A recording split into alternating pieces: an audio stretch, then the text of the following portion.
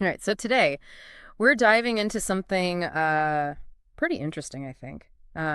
This whole debate about pampering versus tough coaching, you know? Uh, Like, are we actually hurting athletes by trying to make things easier for them? Interesting, yeah. We've got this article by Clance Laylor. Okay. He's a master strength coach over at LPS Athletic. hmm And the article is called "We Are Hurting Athletes by Pampering Them." So he's coming from, kind of what you might consider like an old school coaching background, Yeah. lots of emphasis on hard work, discipline, really valuing the grind. And, it's a pretty interesting counterpoint to some of the stuff we see today. One of the things that really jumped out at me was this observation he made about this shift he's seen in athletes over the years. Well, and what's interesting too is that he ties that to, like larger societal trends. Yeah. And we live in a world of instant gratification, right? Social media, technology, everything's right there at our fingertips. Mm. And Clance's argument is that that kind of bleeds over into athletics. Yeah. And it's harder now to develop that grit and resilience that you really need to excel. Yeah. Like this whole idea of mental toughness has it kind of lost its meaning. Yeah. Clance really makes this distinction between, true mental toughness, that inner strength to overcome obstacles, that courage to reach your full potential, versus just putting on a tough front. Yeah. Yeah. It's not about sort of masking vulnerability. It's about actually having the tools to deal with it. Uh-huh. And the difficult things that inevitably come your way. And there's a great quote, I think they have it up on the wall at LPS. Pressure creates diamonds. I love that. Right? Yeah. So speaking of pressure, Clance tells this story about, PK Subban, the hockey player. Yeah. Who initially, like, really resented his super demanding coach. Right. But years later, he credos that coach with having, like, the most significant impact on his career, It's almost like those tough, challenging moments were the key to unlocking his potential. It is interesting how, what feels like hardship at the time can actually be the best training. Totally. Yeah.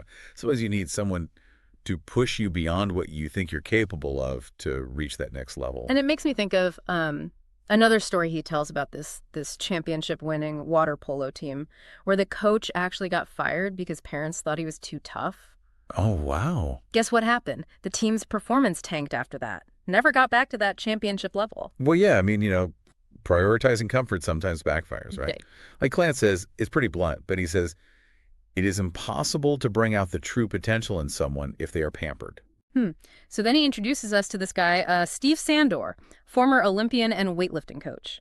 And he's known for his, let's say, uncompromising style. Okay. So get this. One of his lifters hits a record-breaking lift. And Steve doesn't even praise him. He just looks at him, expects more. No pats on the back, just this relentless drive for excellence. Wow. So embodying this idea that, good is not enough, right? You're always raising the bar, pushing people beyond their perceived limits. Now, of course, that kind of direct, unfiltered feedback can be tough to handle, especially, if you're used to a more feel-good environment. But it's interesting to think about the long-term impact of those high expectations. Yeah. And I can see how that could rub some people the wrong way. But Clance makes this argument that this whole, go soft, get soft results mentality is really hurting athletes, especially now, with the cost of living rising, funding for Canadian athletes being what it is. There's this pressure to find these shortcuts, achieve success really quickly, which can ultimately lead to disappointment. Right. And that pressure is kind of amplified by this whole quick fix mentality that's so pervasive in our culture, right? Yeah. We forget the value of hard work, of perseverance. He tells this story about a company that wanted to franchise LPS. And at first, he was on board. But as they dug deeper, he realized the company basically wanted to water down the workouts, make them easier, more appealing to a wider audience. Right. Focus on profits over results. So Clance walked away from the deal. Wow. Takes guts. Yeah. But it really shows that commitment to your core values, even when there are tempting opportunities. Yeah. And it makes you wonder if we're prioritizing the wrong things, right? When it comes to athletic development. It really does make you think, Are we focusing too much on comfort and convenience at the expense of the grit and resilience that you really need to thrive? Absolutely. And then he talks about, some of his athletes actually being lured away by other facilities that have, fancier equipment, sport-specific exercises, all the bells and whistles. Yeah. And on the surface, it sounds great. It does. It sounds like they're catering to this desire for comfort and luxury. Right. But here's the thing. The athletes who left, the ones who went for the easier option, they didn't achieve the success they were hoping for. Mm. Some even ended up with injuries. So that more is always better approach doesn't always pan out. Right. Sounds like there's real value in seeking out environments that actually challenge you. And he quotes former pro hockey player Joel Ward, who said, "Training at LPS is like a reset for me. It brings me back to the root of the grind, the competition, and the drive." So even elite athletes recognize the need to kind of like strip away the fluff Yeah. and get back to basics. Yeah. Even at the highest level, comfort can lead to complacency. Yeah. And to sharpen your edge, you really need that grind mentality. And Clance is all about the grind, right? Like he's committed to building what he calls dominant athletes. And he does that through this no compromise, no pampering approach. Wow. He even talks about, refusing requests for air conditioning in the gym. Oh, wow. Reducing training frequency, Yeah. no ice baths. No kidding. So at LPS, the focus is laser sharp, building athletes who are mentally and physically prepared to dominate and nothing else. Yeah.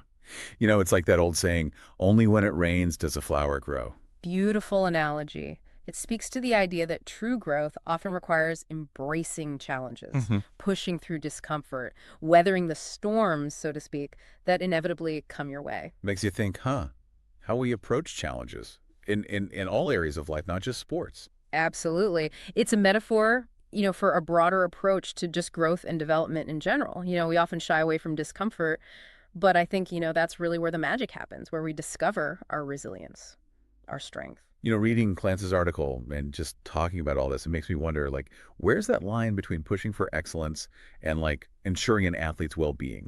How do you balance those two things? It's a crucial question, yeah. And there's no easy answer, right? Yeah. It's about finding that sweet spot where, high expectations and rigorous training meet a genuine care for the athlete as a whole, Yeah. physically and mentally. Yeah. And it seems like Clance is really walking that line. He's all about pushing athletes to their limits. But it doesn't feel like he's advocating for a harsh or abusive environment. Yeah, you're right. It's not about, win at all costs or, some kind of bullying mentality. He emphasizes true mental toughness isn't about suppressing your emotions. It's about cultivating that inner resilience, that courage to reach your full potential. Yeah. And that requires a supportive environment, where athletes feel challenged but also respected. And it makes you think about that water polo team, you know? The one whose coach was dismissed for being too tough. Maybe those parents were mistaking demanding training for something more harmful. It's tough to say, right? But it highlights this need for open communication and a shared understanding of what we're trying to achieve in youth sports. Yeah. Is it winning above all else? Or are we actually focused on developing well-rounded individuals who can handle challenges on and off the field? And I think sometimes we get caught up in the optics, especially today. We want everything to be so positive and feel good. But are we maybe doing a disservice to young athletes by shielding them from the very challenges that actually build character? Yeah, there's a real danger in creating a culture where discomfort is seen as something to avoid at all costs. Because the truth is that discomfort is often the catalyst for growth. Right. It's when we're pushed beyond our perceived limits that we discover what we're truly capable of. This whole conversation is definitely making me rethink my own assumptions about what even constitutes effective coaching, It's not always about making things easy and comfortable. Sometimes it's about pushing athletes to discover their true potential, even if it means enduring some discomfort along the way. And that's where the role of the coach is so crucial. It's about finding that balance, between challenge and support, pushing boundaries while also creating this culture of respect and understanding. That flower analogy really sticks with me. It applies to so much more than just athletics. We all need a bit of rain, to grow. Those challenges that help us kind of blossom into the best versions of ourselves. Totally. Whether it's our careers, relationships, or personal pursuits, embracing discomfort, stepping outside our comfort zones, that's often the key to unlocking our full potential. So what does this all mean for you, the listener? Yeah. How might these principles apply to your own life? The areas where you're seeking growth and excellence? It's a good opportunity to kind of reflect on the environments you gravitate towards. Mm-hmm. Right? Are you actively seeking out challenges, surrounding yourself with people who push you to be your best? Or are you prioritizing comfort and ease over growth and development? This has been a real eye-opener for me. It's like a reminder that, the path to excellence It's rarely comfortable, right? It's in those moments of challenge, those times when we're really pushed to our limits, that we discover our true strength and resilience. And sometimes it's those demanding figures in our lives, right? Yeah. The ones who refuse to let us settle for mediocrity, who have the most profound impact on our journeys. It's about recognizing the value of those experiences, even when they're tough. Yeah. Clance's perspective is definitely thought-provoking, Whether you agree with all his methods or not, it challenges us to confront some fundamental questions about how we approach challenges, how we strive for excellence, and, that's a conversation worth having. It is. And I'm curious to hear what our listeners think, Yeah. what resonated with you, what challenged your assumptions. Yeah. Share your thoughts, share your experiences. Because at the end of the day, it's through these conversations that we all grow and learn. It's like that saying, smooth seas don't make skilled sailors, right? Sometimes you need a bit of that rough water to really test yourself, figure out what you're made of. Yeah. And that's what Clance is doing at LPS, right? He's intentionally creating that rough water to help his athletes develop that grit and that resilience they need to succeed, not just in sports, but in life too. He's not handing out participation trophies, Yeah. not offering shortcuts. He's demanding their best because he truly believes in their potential, even when maybe they doubt themselves. It's a refreshing perspective, especially in a world that often prioritizes instant gratification and shies away from discomfort. He's really swimming against the tide, but it seems to be yielding some incredible results. He's not just building athletes, right? He's building resilient, determined individuals who are equipped to really face any challenge head on.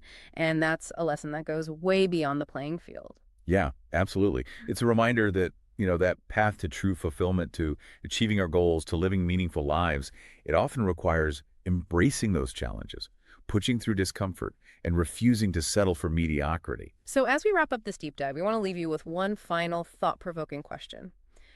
Where in your own life might you benefit from embracing a bit more rain? Where might a little discomfort and challenge actually be the catalyst for growth and transformation? It could be in your career, you know, where you've maybe become a little complacent or afraid to take risks, or maybe it's in a personal pursuit, a hobby, or skill that you've always wanted to develop but haven't fully committed to. Whatever it may be, we encourage you to reflect on Clance's insights and consider how these principles of tough coaching, resilience, and embracing challenges, how they might apply to your own journey. Remember, growth rarely happens in our comfort zones. So don't be afraid to step into the rain, to embrace those challenges that'll ultimately help you blossom into your full potential. Thanks for joining us on this deep dive. We hope it sparked some new ideas, inspired you to push your own boundaries. Until next time, keep learning, keep growing, and keep embracing the rain. Keep embracing the rain.